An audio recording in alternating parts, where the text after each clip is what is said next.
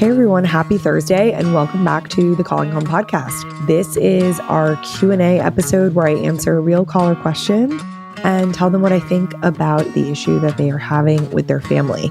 As a reminder, if you have any questions for me, you can always leave me a voicemail at 866-225-5466. All right, let's hear from our first caller. Hi, my question is about when your parent reaches back out.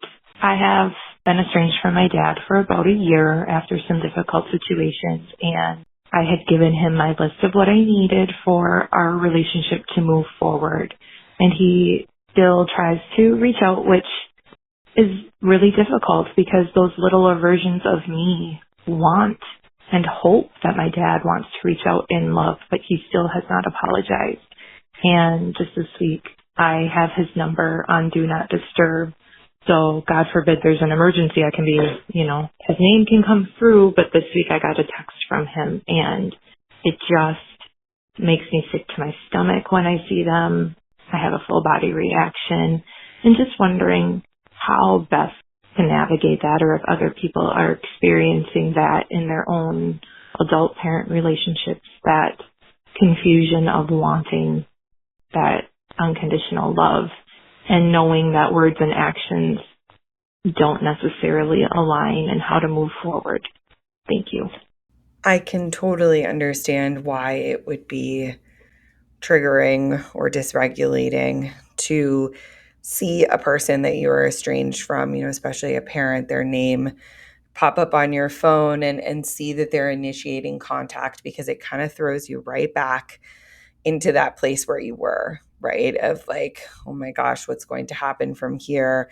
I can see that hope kind of comes up, like, are they going to apologize? Are they going to change their behavior? Are we going to be able to fix our relationship? And then on the flip side is like, I was doing okay not hearing from this person, and now why are they kind of reaching back out into my bubble? And so I have to feel all of these feelings that are associated with that.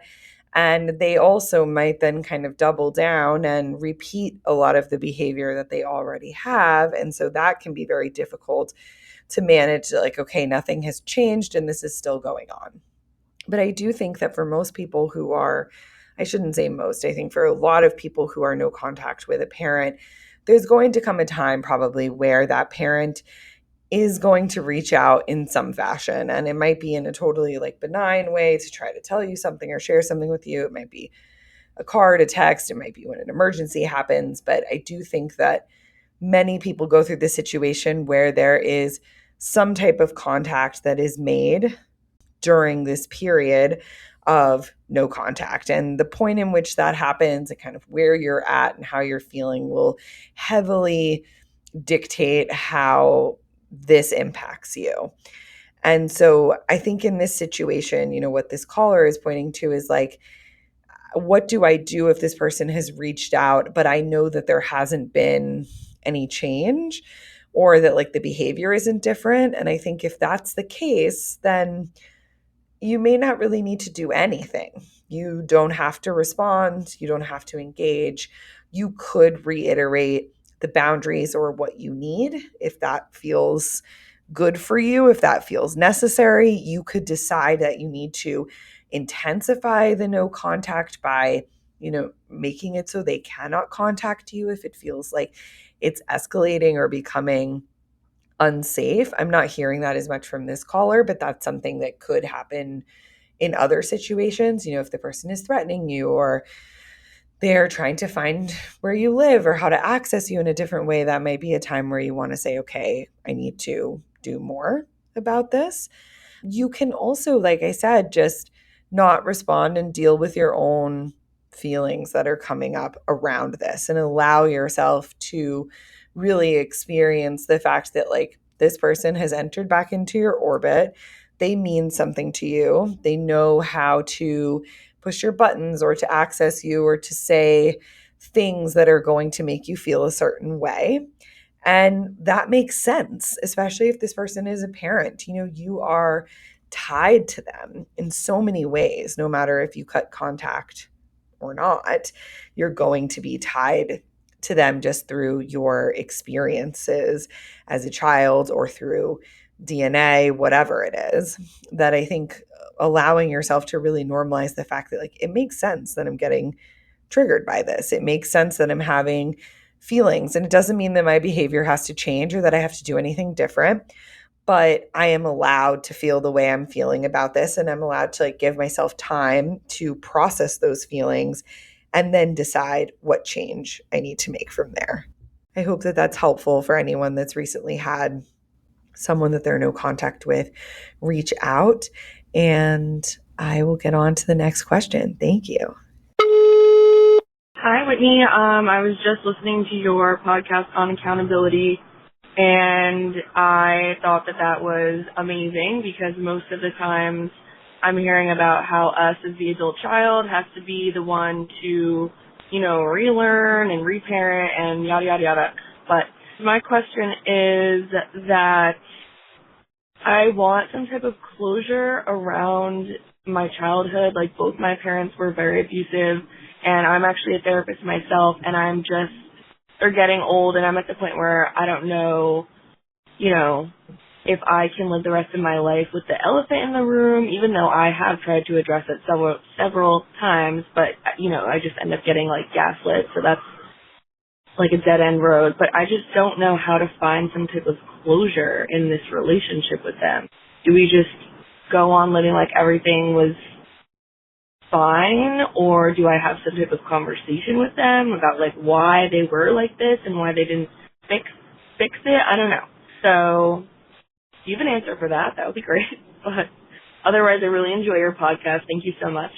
Thank you for listening to the podcast and for calling in. I always am so honored when other therapists join our groups at Calling Home or when they call in. It's like the best compliment that I could receive as a fellow therapist in this field. So thank you very much. I think what you're talking about here is so in line with what we talked about in our module at Calling Home a couple of months ago about accepting your parents. And it sounds like you're trying to figure out, like, how can I move forward from this?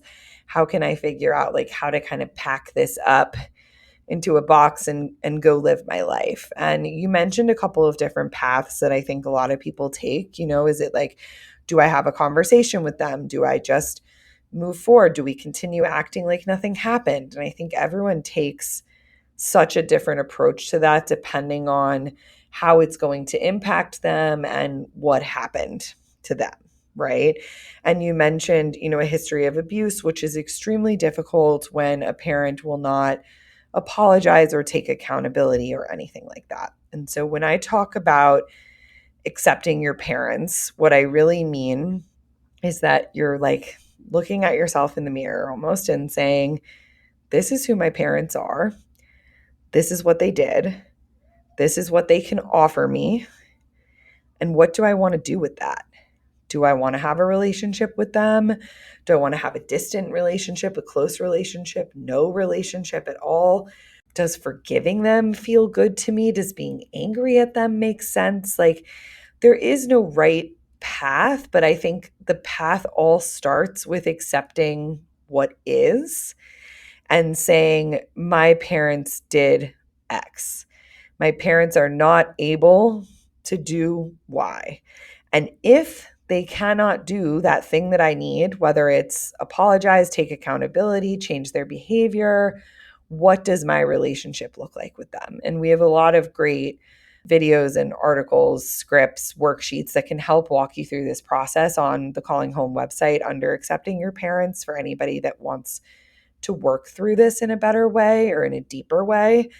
But that's where I would start, is like, if nothing changed tomorrow, what do I want my relationship to look like with my parents, and what's actually feasible for me given the history that we have? And that's going to look different for everyone. Some people might say, you know what, I want to move on and I want to have a relationship with my parents, and the way that they're acting today, I can handle it and I like it and it's fine. It's doable for me. And others of you might say, what happened between me and my parents is so unforgivable. And if it is not changed by having behavioral change and an apology and really healing and making up, like, I can't have a relationship with them.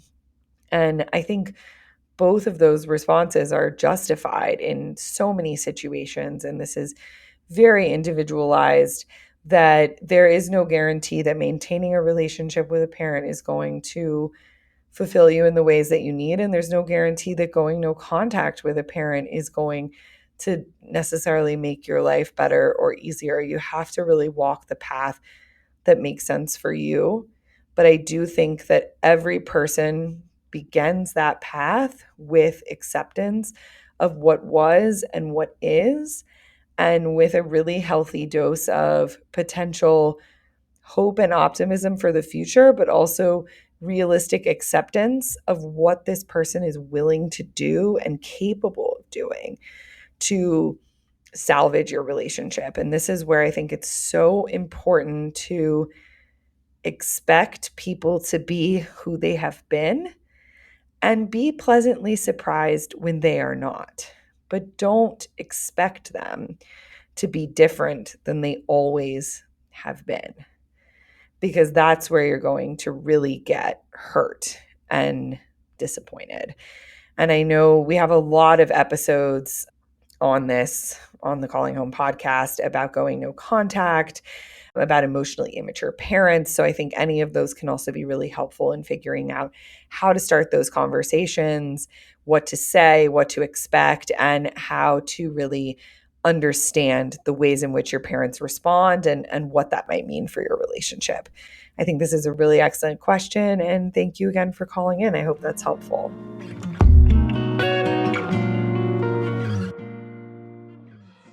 Thank you so much to everyone that called in this week and asked questions. I love being able to help you with these family situations and hopefully help you find a way to better navigate them with your adult family relationships.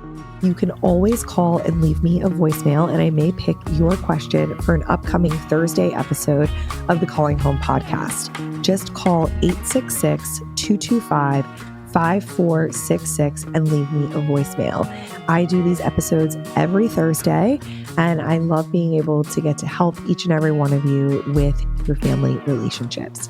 If you're ready to work on your adult family relationships outside of this podcast and take what you've learned to the next level, we do have the Calling Home community. You can join us for weekly groups and watch videos, take courses, get access to worksheets and more. And those groups are run by me, so we can actually meet. And you just need to go to www.callinghome.co and join the Family Cycle Breakers Club. Thanks, and I will see you all on Tuesday for another episode.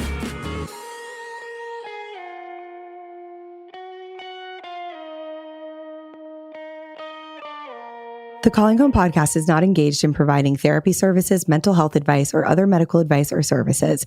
It is not a substitute for advice from a qualified healthcare provider and does not create any therapist, patient, or other treatment relationship between you and Calling Home or Whitney Goodman. For more information on this, please see Calling Home's terms of service linked in the show notes below.